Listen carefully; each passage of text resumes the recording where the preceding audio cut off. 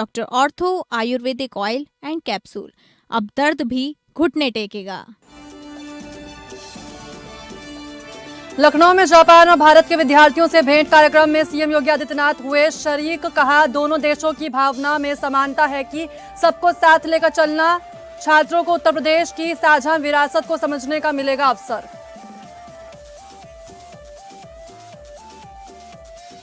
मथुरा में निर्माणाधीन मॉल की शटरिंग गिरी, 3 की मौत। नाइट शिफ्ट के दौरान हादसा, 5 मजदूर काम कर रहे थे। सीएम योगी ने लिया संज्ञान, दी सांत्वना। जेएसएससी सीजीएल समेत 22 रद्द परीक्षा पर झारखंड हाईकोर्ट ने लगाई रोक। फैसले के बाद केंद्र सरकार के एमडीएमआर एक्ट के खिलाफ सीएम हेमंत सोरेन खोला मार्चा। कहा, झारखंड को कमजोर करने की कोशिश, होगा विरोध। यूपी के 13 जिलों में बाढ़ की स्थिति, 65 जिलों में बारिश का अलर्ट जारी। प्रयागराज में बाढ़ का पानी घरों में घुसा। गोंडा में करीब 10,000 आबादी बाढ़ से प्रभावित। चित्रकूट में मंदाकिनी नदी उफान पर।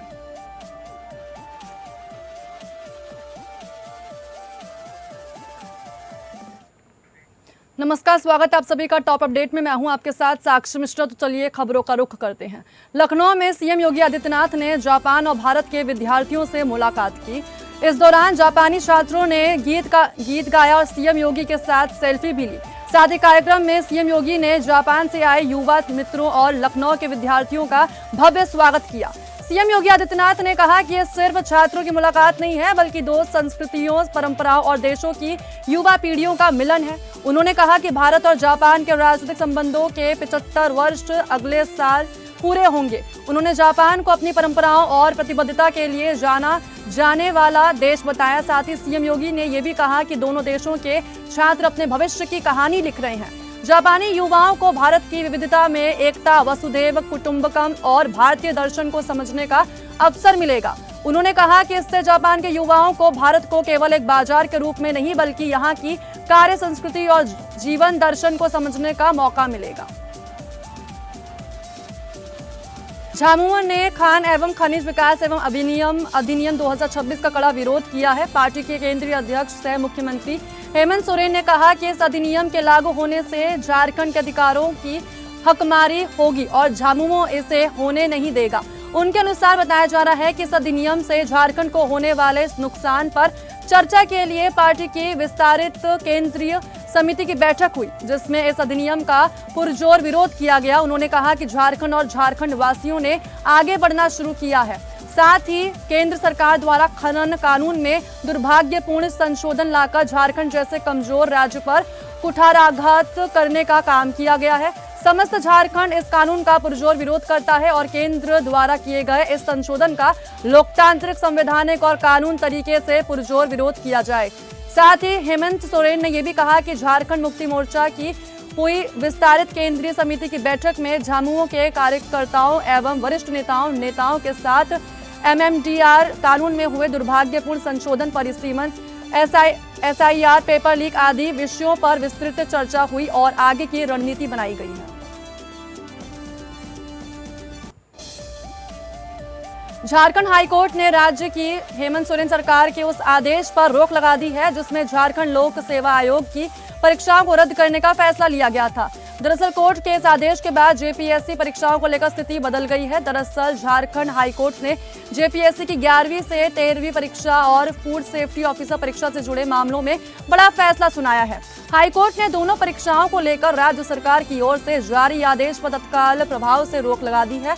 कोर्ट ने राज्य सरकार को 15 दिनों के भीतर काउंटर एफिडेविट के साथ अपना जवाब दाखिल करने का निर्देश दिया है। इस फैसले के बाद दोनों परीक्षा मामलों के याचिकाकर्ताओं को तत्काल प्रभाव से काम पर वापस लिए जाने का रास्ता साफ हो गया है। मामले की सुनवाई के दौरान हाईकोर्ट ने राज्य सरकार के उस आदेश पर स्टे दिया, जिसके तहत दोनों परीक्षाओं से संबंधित कार्रवाई की गई थी। अब सरकार को कोर्ट के समक्ष अपना पक्ष और संबंधित दस्तावेज पेश करने होंगे।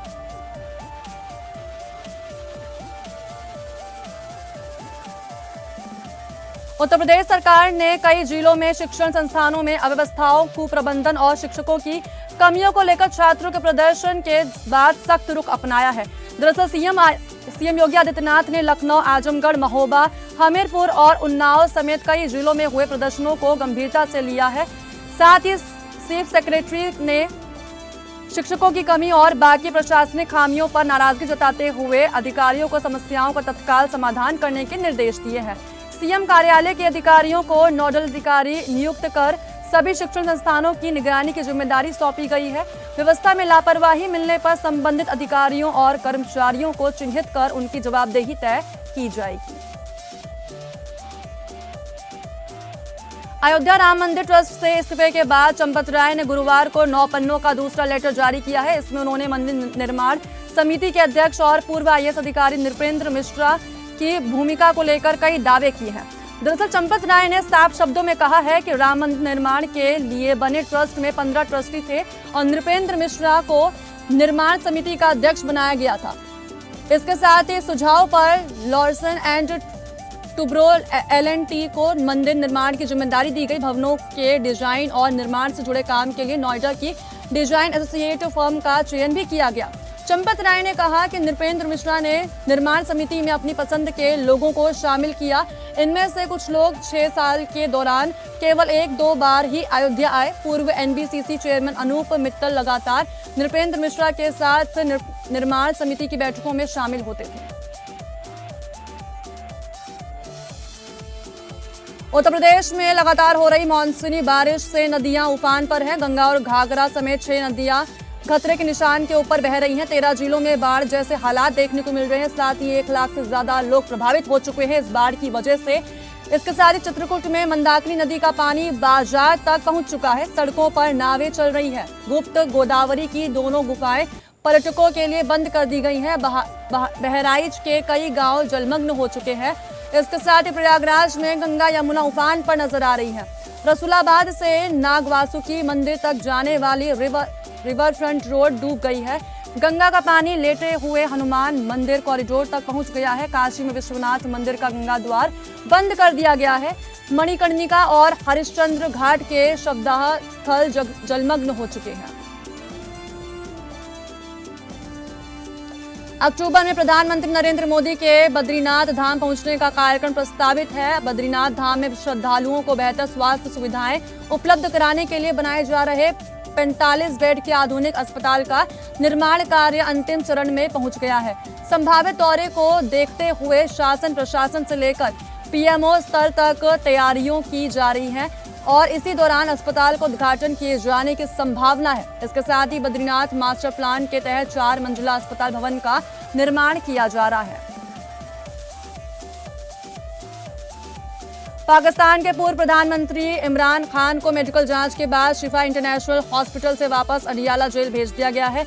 अस्पताल पहुंचने के बाद 6 डॉक्टरों की टीम ने इमरान की मेडिकल जांच की। जांच के बाद डॉक्टरों ने उन्हें अस्पताल में भर्ती रखने की जरूरत नहीं बताई और जेल में रखना सुरक्षित माना। इसके बाद इमरान को वापस अडियाला जेल ले जाया गया और उनकी सेल में भेज दिया गया। इमरान को गुरुवार देर रात रावलपिंडी की अडियाला जेल से कड़ी सुरक्षा के बीच इस्लामाबाद के शिफा हॉस्पिटल लाया गया था। उनके हॉस्पिटल पहुंचते ही सुरक्षा बढ़ा दी गई थी। पाकिस्तान सरकार ने सुप्रीम कोर्ट में फिर से रिव्यू पिटीशन दाखिल की है। इसमें मांग की गई है कि इमरान खान को इलाज के लिए प्राइवेट अस्पताल भेजने के आदेश को बदला जाए।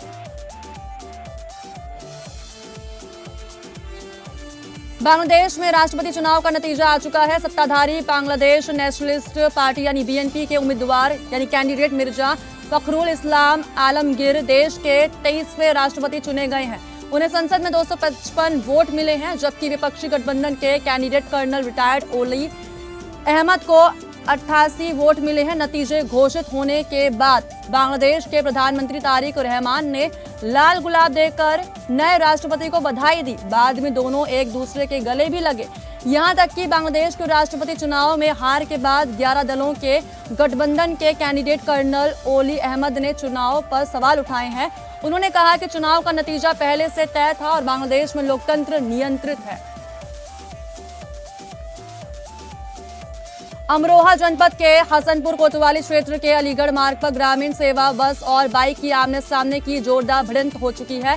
दरअसल हादसे में बाइक सवार 2 लोग गंभीर रूप से घायल हो चुके हैं, जिनमें से एक की उपचार के दौरान मुरादाबाद के अस्पताल में मौत हो गई।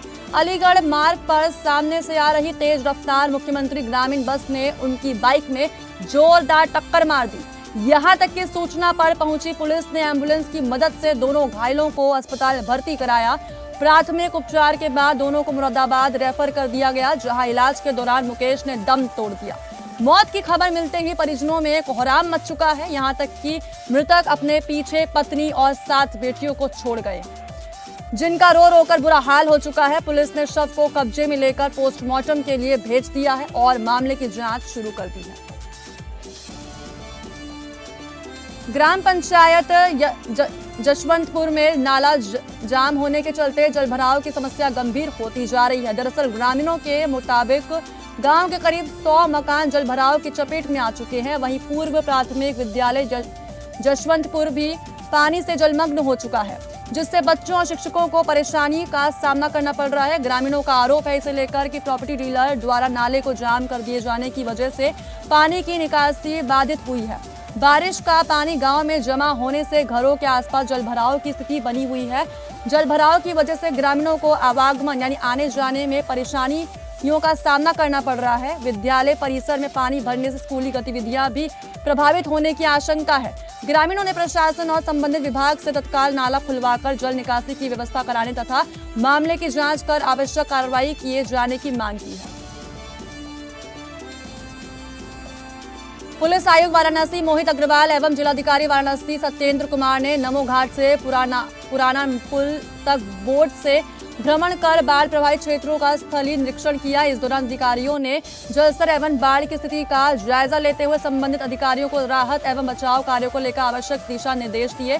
पुलिस एवं प्रशासन द्वारा बाढ़ की स्थिति और जलस्तर में होने वाले बदलाव पर लगातार निगरानी रखी जा रही है। आमजन की सुरक्षा को सर्वोच्च प्राथमिकता देते हुए बाढ़ राहत शिविर एवं राहत केंद्र सक्रिय किए गए हैं तथा वहां आवश्यक सुविधाएं उपलब्ध कराने की व्यवस्था सुनिश्चित की गई है।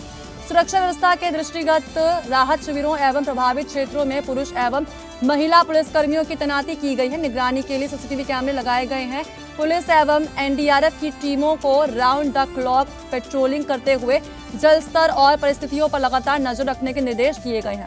प्रशासन एवं पुलिस द्वारा नदी तथा जलभराव वाले क्षेत्रों में बच्चों, बुजुर्गों और आमजन को जाने से रोकने के लिए लगातार जागरूक किया जा रहा है।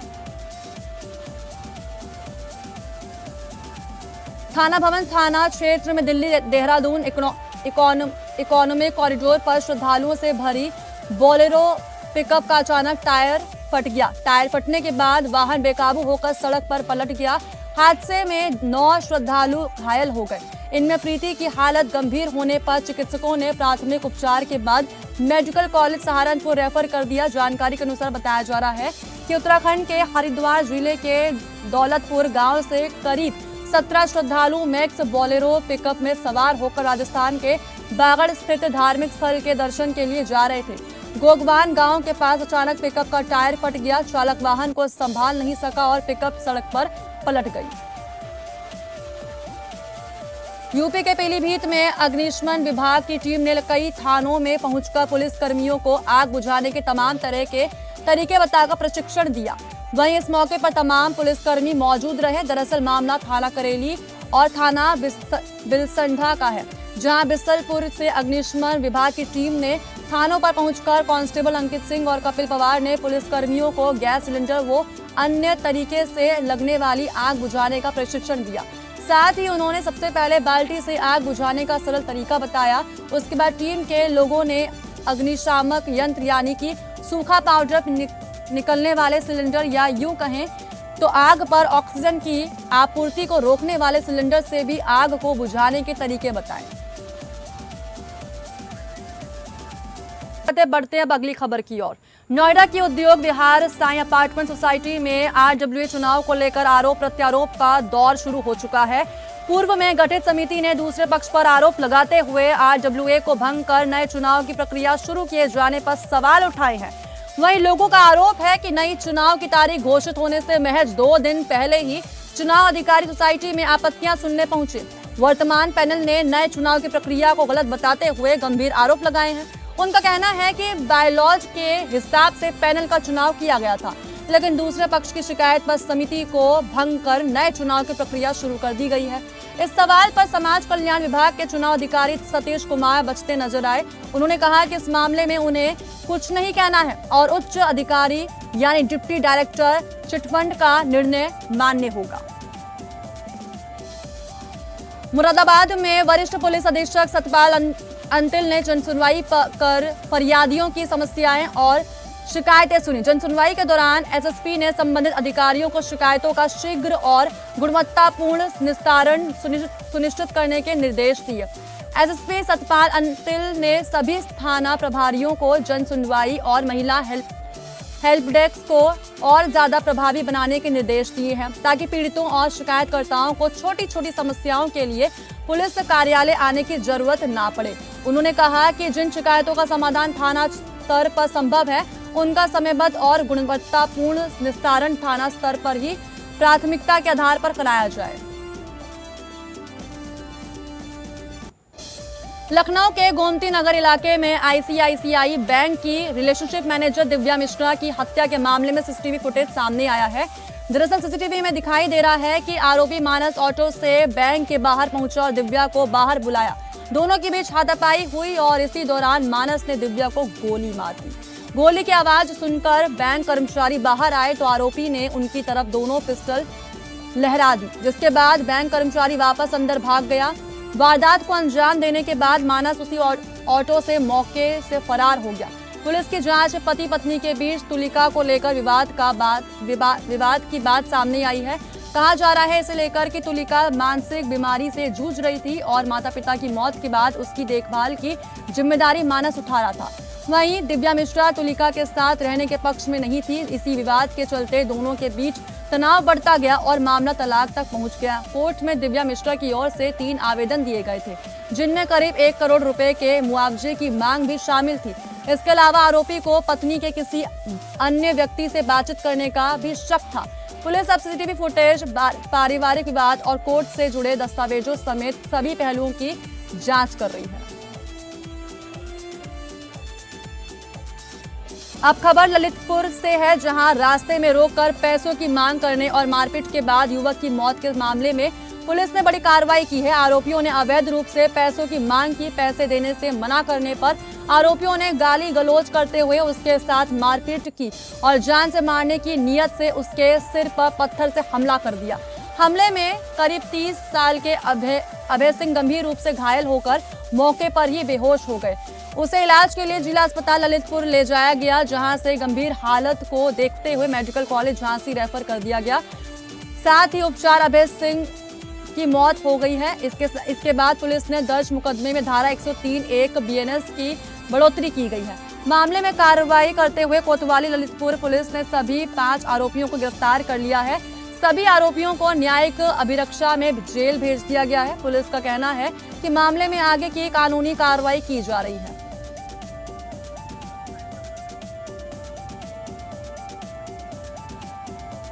मुंबई के प्रभाग क्रमांक स्थित सहरा रेलवे लाइन कुर्ला के कुरैशी नगर में महाड़ा की खतरनाक इमारत को तोड़ने का काम चल रहा था। इसी दौरान अचानक एक क्रेन नीचे गिर गई, जिसकी चपेट में आने से कई लोग घायल हो गए। घायलों को स्थानीय नागरिकों की मदद से उपचार के लिए सायन अस्पताल ले जाया गया। खाद्य सुरक्षा विभाग ने मिलावटी और असुरक्षित खाद्य पदार्थों के खिलाफ बड़ी कार्रवाई करते हुए विभाग की टीम ने नंद किशोर एंड ब्राडर्स की सोन पापड़ी निर्माण इकाई पर औचक छापा मारा। जांच के दौरान टीम ने करीब 110 किलोग्राम बत्तीसा मिठाई को सीज कर दिया। इसके साथ ही बत्तीसा और बीकानेरी भुजिया के सैंपल जांच के लिए प्रयोगशाला भेजे गए। सड़क पर नियम तोड़ने वालों के खिलाफ बलरामपुर प्रशासन ने बड़ा अभियान छेड़ दिया है। दरअसल जिले भर में चले विशेष सड़क सुरक्षा अभियान में यातायात नियमों की अनदेखी करने वाले 365 वाहन चालकों पर कार्रवाई की गई है। विनय चौराहे पर डीएम और एसपी खुद सड़क पर उतरे, जहां वाहन चालकों को हेलमेट, सीट बेल्ट और यातायात नियमों के पालन के लिए जागरूक किया गया। वहीं फुलवरिया बाईपास पर एएसपी विशाल पांडे ने अभियान की कमान संभाली। यूपी में 9 आईपीएस अधिकारियों के तबादले किए गए हैं। बलरामपुर के पुलिस अधीक्षक का तबादला कर उन्हें वरिष्ठ पुलिस अधीक्षक झांसी की जिम्मेदारी सौंपी गई है। वहीं मार्तंड प्रकाश सिंह को हरदोई से स्थानांतरित कर बलरामपुर का नया पुलिस अधीक्षक बनाया गया है। तबादला सूची में विनीत जायसवाल को गोंडा से सुल्तानपुर, जबकि चारू निगम को सुल्तानपुर से यूपी 112 लखनऊ भेजा गया है।